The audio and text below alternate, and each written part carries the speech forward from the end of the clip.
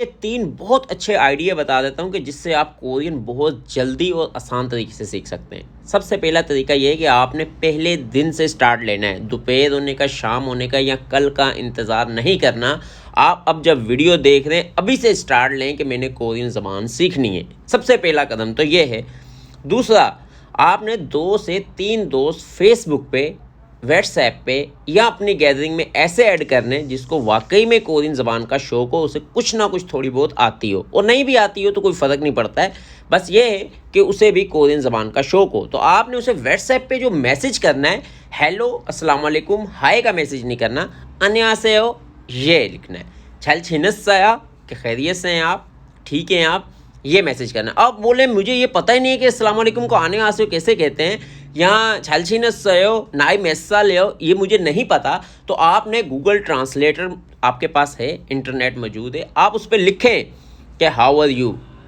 जैसे वो उस मतलब कन्वर्ट हो के आएगी कोरियन ज़बान में, नीचे उसका वो इंग्लिश है, वो उसमें इंग्लिश में भी लिखी होती है ना।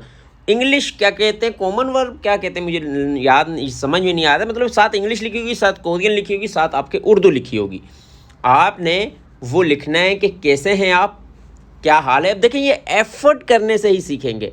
अगर आप बोलें कि आपको कोई घोल के पिला देगा तो ऐसा नामुमकिन सी बात है। फिर आपने उससे, वो आपसे कुछ ना कुछ तो बोलेगा, वो उर्दू में भी बोले, आपने बोलना नहीं भाई इसको कोरियन में लिख के भेज। उसने कोरियन में लिख के भेजा, आपको समझ में नहीं आया क्या लिखा है, मगर आपने उससे पूछना है कि आपने क्या लिखा। वो आपको बताएगा मैंने ये लिखा। हो सकता है वो आपका मजाक उड़ाए या हो सकता है आप उसका मजाक उड़ाएं। याद रखिएगा, जब किसी का कोई मजाक उड़ाता है वहीं से कामयाबी स्टार्ट होती है। ये बात अपने जहन में रख लें। जब मैंने यूट्यूब चैनल बनाया मेरा मजाक उड़ा, जब मैंने कोरिया जाने का बोला मेरा मजाक उड़ा, जब मैंने कारोबार स्टार्ट लिया मेरा मजाक उड़ा। मैंने कोई भी काम स्टार्ट लिया है उसका मजाक ही उड़ता, क्योंकि कोई उसे जानता नहीं है, पहचानता नहीं है, तो उन लोगों के साथ बात शेयर करता है जिसको उस चीज़ का शौक़ नहीं है। मिसाल के तौर पे मैं घर वालों के साथ कोरियन बोलूँगा तो वो मेरा मजाक उड़ाएंगे, क्योंकि उसका इसका शौक़ नहीं, उसका इससे लेन देन ही नहीं है। हाँ, अगर कोरियन ज़बान आप दोस्तों के साथ बात करने की कोशिश करूँगा, आप अप्रिशिएट भी करोगे, आप मतलब के मजाक उड़ाओगे भी, तो आपका दिल करेगा मैं इससे मज़ीद मालूमात लूँ। तो आप अपने ग्रुप में वो लोग ऐड करें जिसको कोरियन ज़बान सीखने का शौक़ है, और कोशिश करें कि आपने बिल्कुल उर्दू में या इंग्लिश में बात नहीं करनी, कोरियन ज़बान में बात करनी है, कम करनी है। मतलब इतने लंबे लंबे पैराग्राफ लिखने की ज़रूरत ही नहीं है। कॉमन कॉमन बातें लिखनी है कि कैसे हैं आप, क्या कर रहे हैं आप। जैसे कि हम पूछते हैं खाना खा लिया आपने, आप ऐसा कहते हैं गर्लफ्रेंड से, जैसे हम लंबी लंबी बातें करते हैं ना, 4-4 घंटे, गर्लफ्रेंड भी लड़के से 4-4 घंटे बातें कर रही होती है, बात का कोई सर नहीं है, पैर नहीं है, बस करे जा रहे हैं। इससे ही आपने उसको समझना है कि ऐसा वो मेरी गर्लफ्रेंड है, या गर्लफ्रेंड वो समझे कि ये मेरी गर्लफ्रेंड है। मगर ऐसा नहीं है कि तुम उसको गर्लफ्रेंड ही बना लो।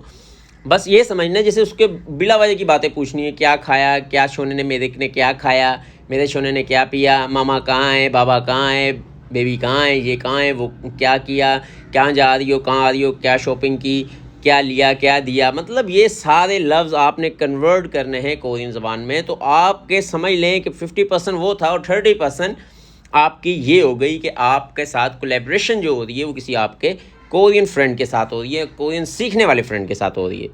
नंबर 3 और आखिरी है कि आपने प्रैक्टिस करनी है। प्रैक्टिस इतनी करनी है। आपको आसान लफ्ज़ों में मैं समझाता हूँ कि जैसे मैं जिसे बोल रहा हूँ ना, मेरे दिमाग में बात आ रही है और ज़बान से वो निकले जा रही है।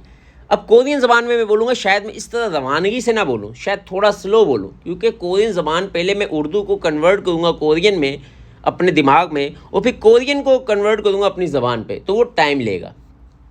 इंग्लिश भी इसी तरह, हमें क्यों स्लो बोलते हैं, उर्दू तेज़ बोलते हैं, कि उर्दू की प्रैक्टिस बहुत ज़्यादा है तो दिमाग जल्दी काम करता है। जब हम किसी चीज़ को कन्वर्ट करने में लगाते हैं तो वो थोड़ा सा टाइम लेता है। हाँ, जब प्रैक्टिस बहुत ज़्यादा होती है फिर ज़रूरत नहीं पड़ती बीच में किसी भी बैरियर की। अब ये बीच में जो कन्वर्टर हमारे दिमाग में है वो यकीनन टाइम लेगा। एक मिसाल के तौर पर मैं एक कोरियन जुमला बोल दूँगा और आपको जब तक समझ में आएगा मैं वो काम करके जा चुका हूँगा, क्योंकि आपने कन्वर्ट किया उसको दोबारा अपनी उर्दू में। प्रैक्टिस आपकी इतनी हो कि बीच में आपका कन्वर्टर या बैरियर ख़त्म होना है कि कोई भी बात करनी है आपने कोरियन ज़बान में ही करनी है।